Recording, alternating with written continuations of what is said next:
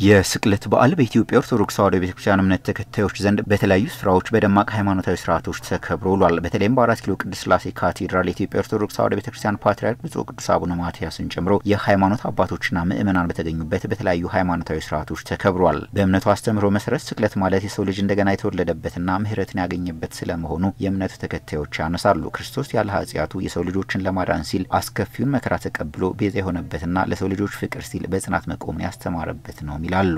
ስቅለት በዓል እንደ ኢትዮጵያ ኦርቶዶክስ ቤተክርስቲያን የሰው ልጅ እንደገና የተወለደበት ወይም ድህነትን ያገኘበት ነው ማለት ነው። እንግዲህ ስቅለት ማለት ጌታችን መድኃኒታችን ኢየሱስ ክርስቶስ አዳም በመሳቱ ምክንያት ፍቅር ሳወለወልድ አያለ መንበሩ አጽዋ እስከለሞት የሰው ልጅ ፍቅር እግዚአብሔር አምላካችን ከሰማይ ጎስቶ ከሰማይ ማት ወርዶ ከድንግል ማርያም ተወልዶ እንደ ሰውኛ ሆኖ በዚህ ዓለም እንደ 33 ዓመት ተመላልሶ የሰውን ልጅ ለማዳን ሲል ያደረገው ስራ ነው። 14ቱ ምዕራፋት ውስጥ 3 ጊዜ ወድቋል። መስቀሉ እንደተሸከመ ከመስቀሉ ክብደት ከመከራው ጽናት የተነሳ 3ኛ ምዕራፍ ላይ ለመጀመሪያ ጊዜ ወድቋል። 7ኛው ምዕራፍ ላይ ለሁለተኛ ጊዜ ወድቋል። 9ኛው ምዕራፍ ላይ ደግሞ ለ3ኛ ጊዜ ወድቋል ማለት ነው።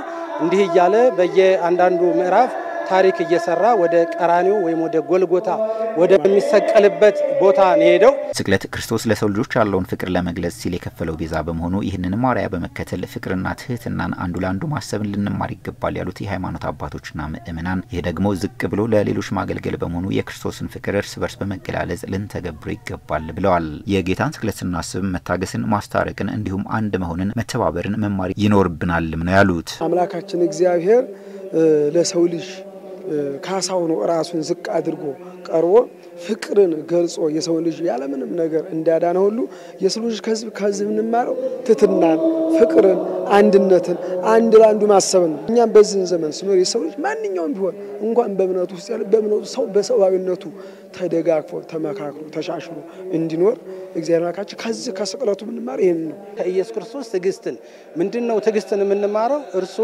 በዚያን ሰዓት መለኮታዊ ባህሪ መለኮታዊ ኃይል ያለው ነው። ስለዚህ ሲተፉበት ምራቅ ታግሷል። በዱላ ሲደበድቡት ራሱን በዘንግ ሲመቱት ታግሷቸዋል። በራሱ ላይ የሾህ አክሊል ሲደፉበት ደሙ ሲፈስ ስጋው ሲቆረስ ዝም ብሏል።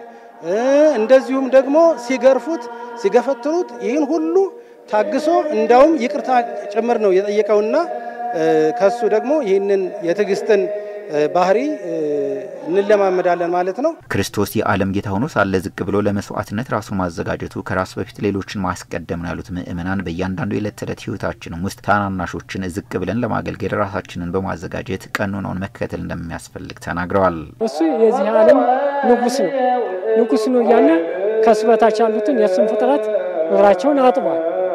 ለዚህ ከሱ የምንማረው ልቦና ያለው ለሰው ብዙ አስተዋሉ ማወቅ ይችላል።